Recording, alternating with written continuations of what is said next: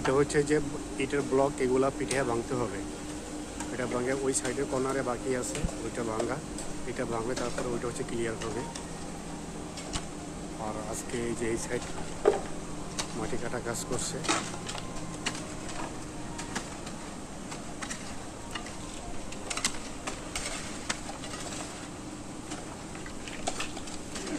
আজকে থেকে এই পর্যন্ত এগুলো কাজ করছে।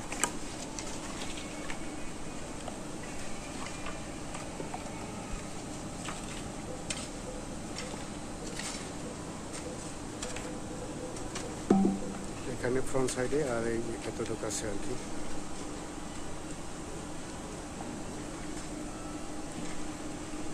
তো এই সাইডটা কমপ্লিট হলে আর ওই সাইডটা কমপ্লিট হলে লেভেলিং করে দেবেন, নিচে কি পর্যন্ত যাবে, তারপরে যতটুকু যাওয়া যায় একেবারে পুরোটা লেভেল করে পরে কেটে ফেলবে।